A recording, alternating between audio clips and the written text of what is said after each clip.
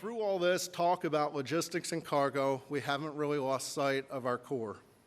From Victory, who is flourishing and doing well, to Disney Cruise Lines and Carnival, to Royal Caribbean and their announcement to bring the Oasis of the Seas here next fall, the NCL Spirit, and new partnerships with Eric Garvey of the TDC so that we're working together to fill the hotel rooms of our region and making sure we can incentivize cruise lines to bring new ships here.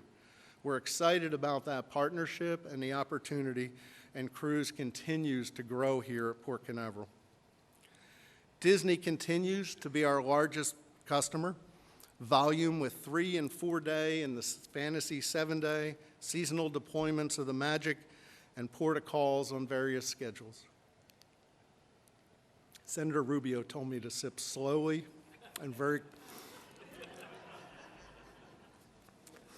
his staff said I could use that.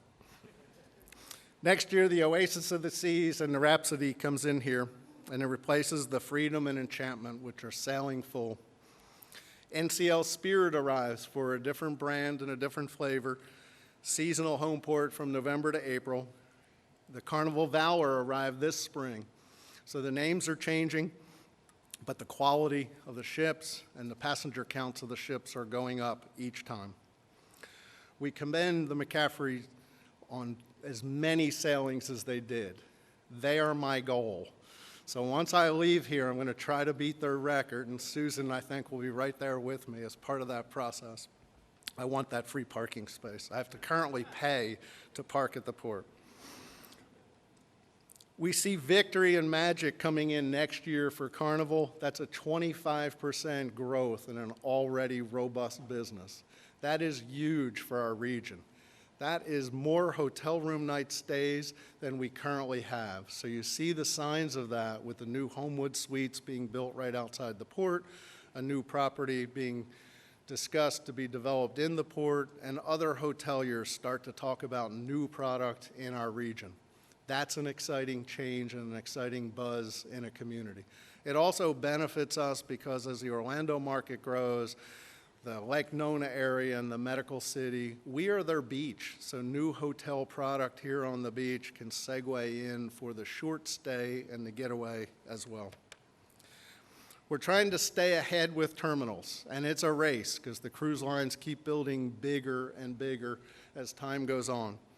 CT1 that you're in serves now as the home for Royal Caribbean. It's not exclusive to them, but they have priority berthing.